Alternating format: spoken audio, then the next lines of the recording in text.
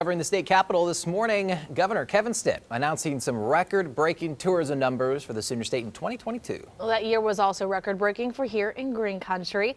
Today's Oklahoma's Douglas Braff sat down with a tourism official, looks at what shaped tourism all across the region.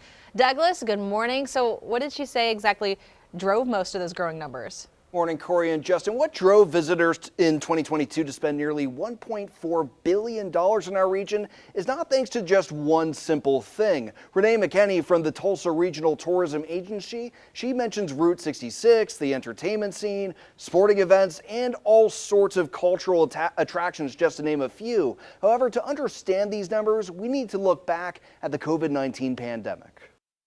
Where were you all at the peak of the pandemic in 2020?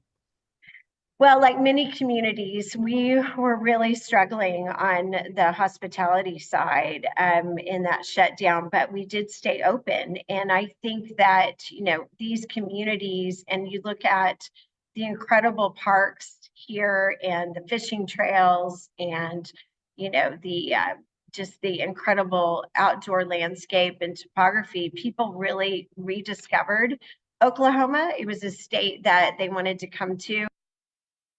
In fact, she tells me the hospitality sector has since rebounded immensely, saying we even need more hotel rooms. And to give you a better picture, about 1 out of every 25 jobs in the region is in hospitality, and it's the third biggest industry in the state. But let's look at the numbers. You could argue that 2022 was the beginning of the end for the pandemic.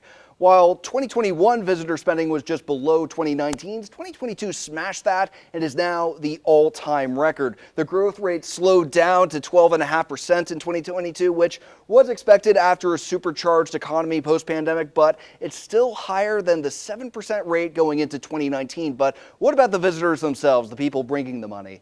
9.7 million people visited the Tulsa area in 2022, growing by 300,000 and just almost reaching pre-pandemic levels. I'll go into what's driving those numbers later on in the show. In the studio, Douglas Braff, 2 News, Oklahoma. All right, Douglas, much appreciated. Tulsa, Broken Arrow, and